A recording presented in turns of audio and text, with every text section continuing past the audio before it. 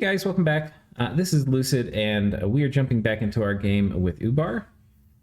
It is turn 47, if I recall, and we got a big shipment of things in from Airmore. This is not a death basket, though it would be an awesome one. No, I sadly had to pay him for all of this. Actually, let's go back and check what I sent him, because I had to send him a boatload. So turn 46... which would have been the last turn of last episode.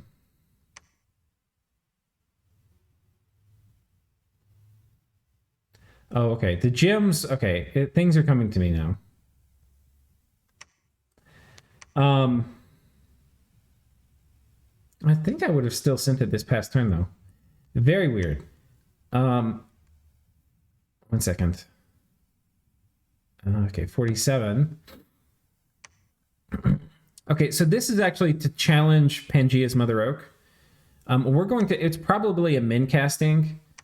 And I thought I could do it this turn, but it turns out I can't because I actually don't have the paths. And I don't have my move orders loaded in here. So anyway, we're going to distribute all these lanterns and get that all fixed up. But, oh no, I do have the paths. Why am I not... Oh, I don't have the research. So we had to do it like a... It's a little embarrassing. I had to wait a turn to go ahead and cast it again. And we're going to dump 100 into it. That was the plan, to steal it. Which, I don't know. Pangaea is really big, so it made sense to do it. Airmore, you can see right now. I had been talking about how they were walloping Helheim. You haven't really been able to see it, but you can start to see it now. They're walloping the doo-doo out of Helheim.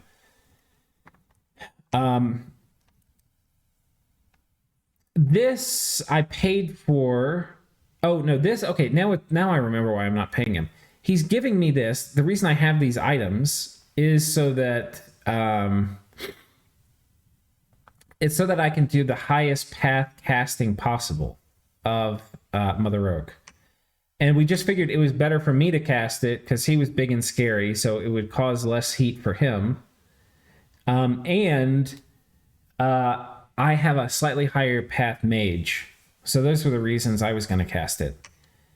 And I think that makes sense. The problem is I was a kaput. I could have finished this in one turn. I didn't realize that I didn't have Alteration 5. So anyway, it is what it is. We're putting research items on dudes. We're getting ready to cast it. We still can't storm either of these forts. But that's basically all this turn is about, is just cranking out lightless lanterns, trying to get our blood economy going a bit faster, getting more gulas. We actually need to get this thing back before somebody steals it from us. I might send somebody over here. We'll go ahead and look at the next turn. These turns for me, not too much is happening, which is not good. Like, you kind of want a lot of stuff to happen in your turns, but we are not doing nothing. We're taking... Like, we had to build these armies recently to be able to do the vulturing that we're doing. We've cracked this fort finally. This fort, I think, is almost cracked. It's filled with a bunch of Agarthans, and it takes a little while to siege through these. Okay, we sent in a proper super combatant here to deal with these demon knights. And we've got Ring of Regen, we've got a Vine Shield. As long as our Vine Shield doesn't pop, we should be fine. Yeah, we're 31 protection. I think last time we were like 25. This is a lot better.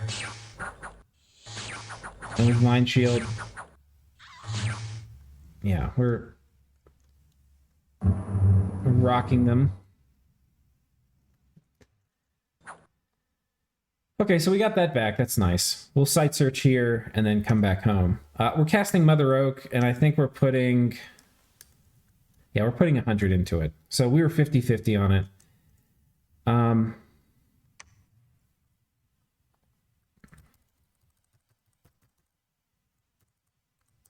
Like so.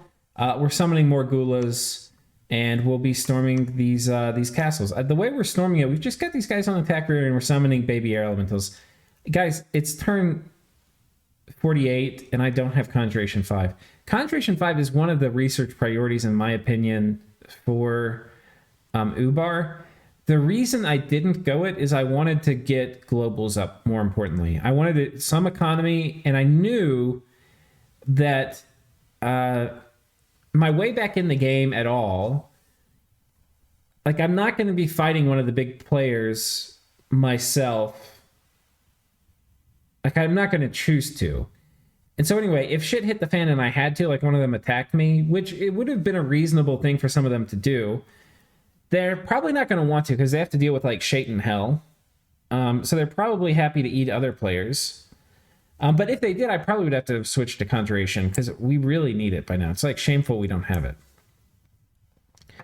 We're going up Evocation 8 to get Maelstrom. Again, we're focusing like completely on economy because that's what's over here. And Maelstrom's going to let us spam out Merid once we get higher up there. So it's a greedy thing what we're doing. We have means to protect ourselves. Like we have our God online. We have a bunch of Shaitan, Evocation. We can do Wrathful Skies traps. Like it's not like these are useless, but God, you really want Conjuration 5. I think Pangaea has actually started actively attacking, and yeah, we can see that because he's. You remember how there used to be a ton of troops over here? There's still a good number up here, but he's liquidated a bit of this garrison and is moving it over to the TNN front. And I think he started. Yeah, okay, yeah, these are definitely attacks into TNN. And apparently he's walloping them. I don't think TNN has a good answer to these White Centaur. They have the craziest, a hell bless of imprisoned stat bonuses. So, yeah. And then, of course, they both are assassin cancer, so they deserve each other. In fact, the three of us all deserve each other. But that's it for this turn. Basically, there's a war raging. I don't have specific reports, but I know Pangaea is winning it. And that's in some ways good news for us because it means we're going to get a shot at taking Agartha. And because we have money now, I'm also going to switch back over to making some Jinn. And Jinn are pretty efficient siege units. Because they're going to go over the castle walls, so they're going to storm castles reasonably easily. And, they're mobile, so they're going to get to the places I need them to siege faster. And they siege pretty well. 3 per unit. So 50 of them sieges for 150, which is pretty nice. I don't know. They're not amazing at it, but they're pretty good. And these guys for 7, so I don't know. They're pretty good. Okay, so that's turn 48. Turn 49. I'm missing. 1 second. Oh, this is the turn I'm storming. I probably should get it. I was considering just skipping it because these aren't really exactly action-packed turns. 1 second. All right, we've got turn 49 here. So we cast Mother Oak and it was successful, which means Pan probably did like a min cast of it way back when. And yeah, we also have a battle in this fort where we're sending our Jinn in.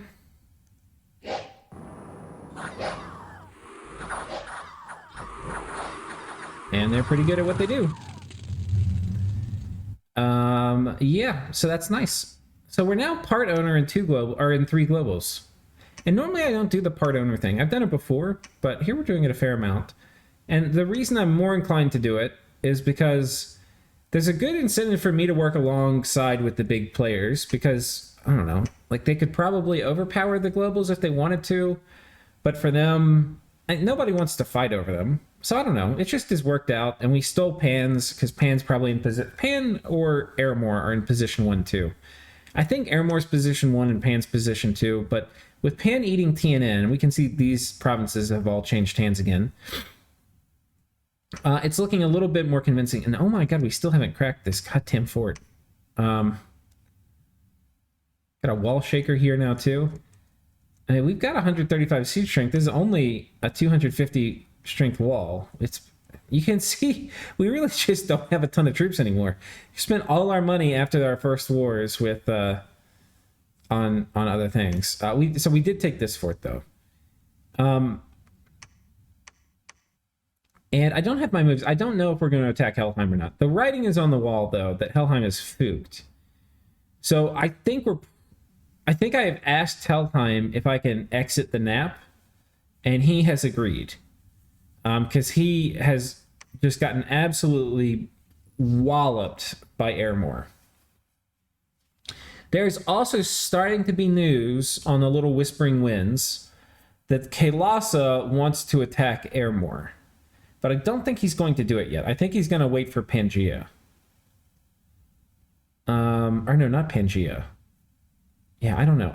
Kael'thasa's whispering to me about it, and I'm sort of game. Kael'thasa is definitely behind in position compared to Airmore and Pangaea. He's kind of on parity with TNN, except I think TNN is in a losing war, which makes his position worse. So, anyway.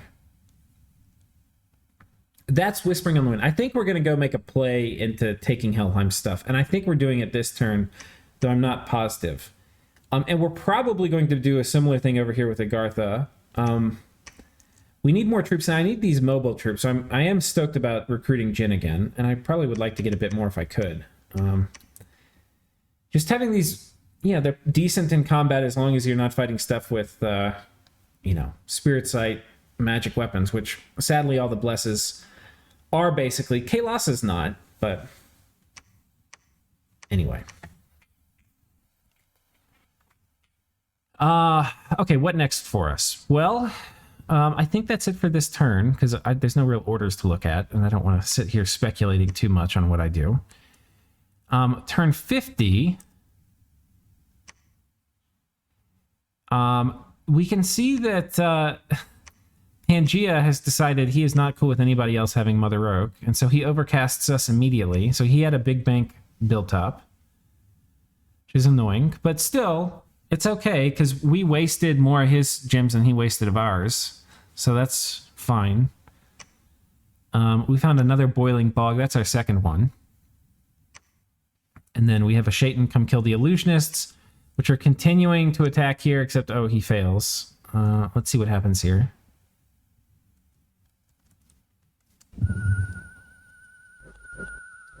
I think the false horrors scare him, because they have fear, and then he runs. Yeah, okay. We should have just done Fire Shield. I don't know what the hell we're doing. I think he retreated safely. Yeah, so we'll send him back in. Or maybe I try to steal this guy. I can't remember. I think I try to steal him. Agartha's still fighting. I think Agartha's still in the game. Oh no, they've gone AI. I can't remember if they lost their capital or not. We have finally cracked the fort, so we're going to storm this. The scripts we've got, we're leaving our siege chaff outside because I don't think I'm going to need them. We're just going to make baby fire elementals, and then we're going to spam evocations at them with a few air elementals. And that's basically it. We're just going to do this through spells and hope I don't lose a Shaitan. It's possible we do. It's possible we lose all of them, and then I get shamefully embarrassed, too. So that's basically what's happening.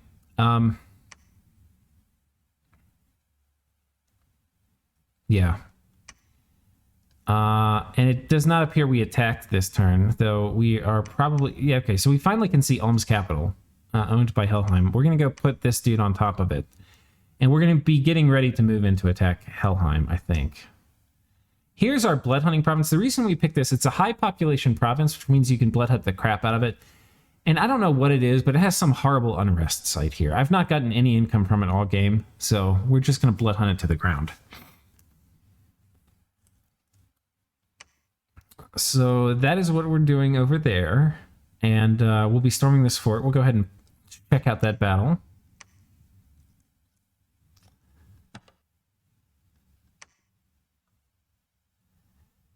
A dire portent.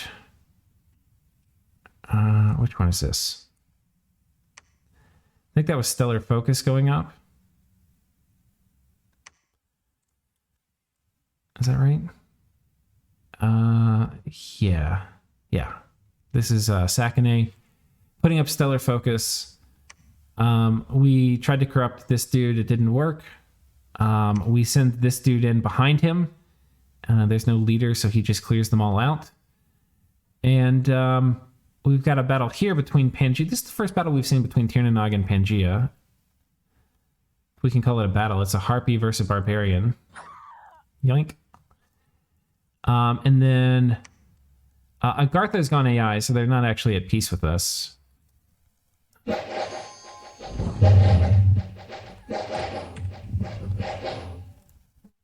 So they rolled out. I thought we had a battle inside the fort. Did I forget to...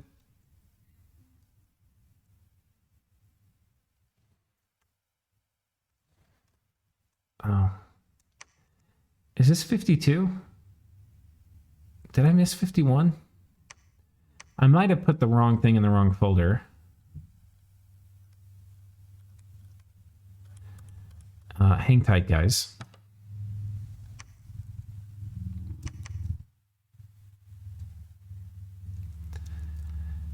It looks like I did. Oh well, shame on me. So this 52, we took this fort last turn. Our little thing of sending in a few guys on advance and cast spells works. Doesn't look like we lost any of them. We're going to be continuing on. It's actually kind of nice. I think I didn't end up attacking Tirnanog here out of any sort of malice or without his consent. I think he's completely boned. You can see we've started getting some scouts out here. And by scouts, I mean Shaitan. This is his capital, and he's got Pangaea all around it. So he's actually kind of boned. And he's basically released us from... not released us, but he's just said, yeah, you might as well vulture. So we're going to come in and try to get Agartha. And I've told Pangaea that. And Pangaea and I have still been friendly all game. So he's cool with us taking this. We also see he's got a warrior queen, which is a really good commander. We still am at Conjuration 5, which is shameful.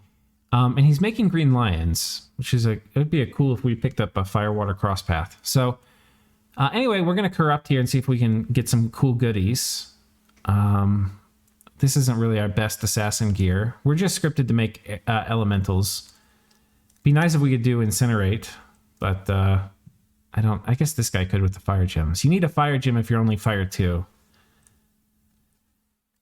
And we're going to send a scout here to go watch what's happening on top of this fort. He has cracked it, so we'll see what happens. I think what's happened, though, is he's got... I think he's cracked it, but I think he's also getting seduced. I think there's like 1 million Banshees inside that are... not seducing, that are assassinating him. So I think he's actually going to be sitting on this for a while. And yeah, we're going to just roll out with our armies and head over here towards Agartha. On this front, we can see that Ulm actually still has his Titan... and he's got some little dudes here, and he's going to be trying to take this back. Kaelasa is on this side of him, and apparently Kaelasa is kind of friendly, encouraging Ulm to take his stuff back from Helheim. And I think with the understanding that if he gets there, then Airmore won't, which Kaelasa doesn't want Airmore getting more stuff.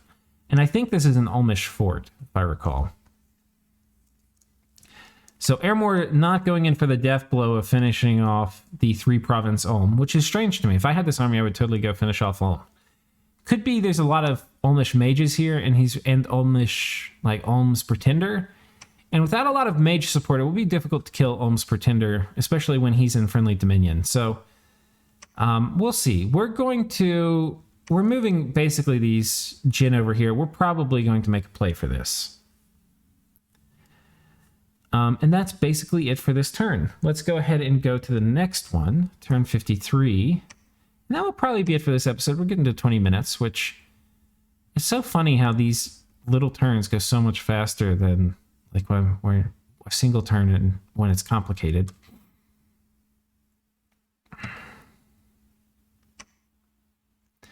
Please tell me this actually is 53. Okay, good.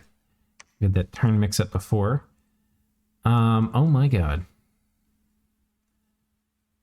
So this Black Harpy sends a little group, or it comes inside, and it just sees an enormous number of these assassins, and a lot of them have the acorns on, which are these, they basically give you Vine Men in combat. Oh my god.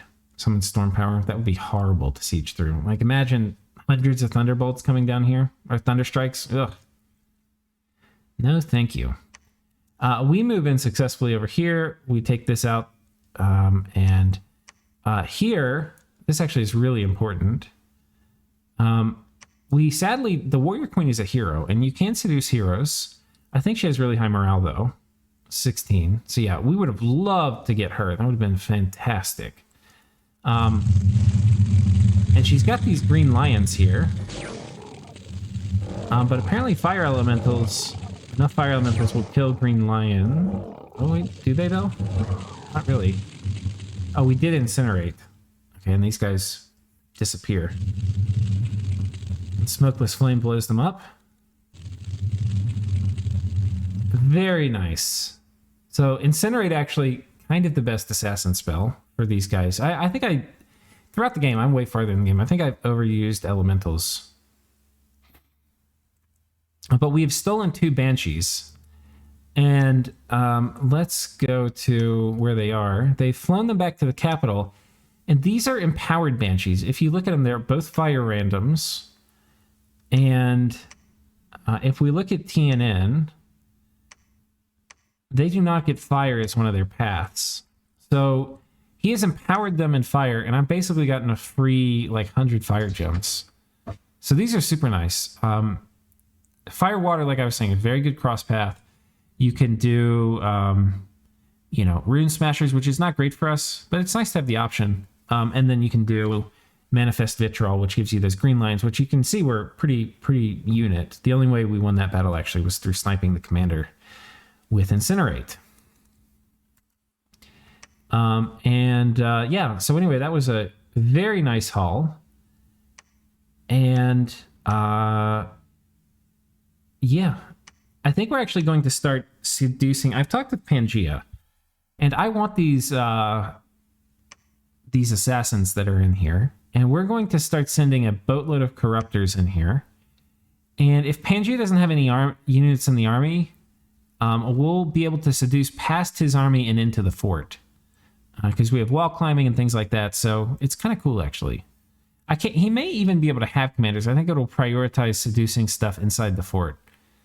So we're going to just pillage this fort and try to get as many of these assassins on our side as we can. And we're successful here. And we're going to be...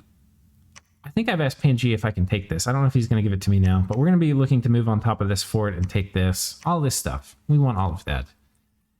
And there's unfortunately nobody inside. So I don't know how we're going to use these guys. I was hoping to steal, some cool unit, but we probably do corrupt just to see what's inside. And then we're going to send these guys on top. And I think I get this from Pangaea and maybe this.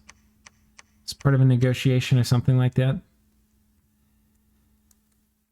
And the Jinn, we have Jinn over here now. And I think this is about the turn we're going to get ready to come over here. We're going to finish off all of his... Look, he's a 5-province nation.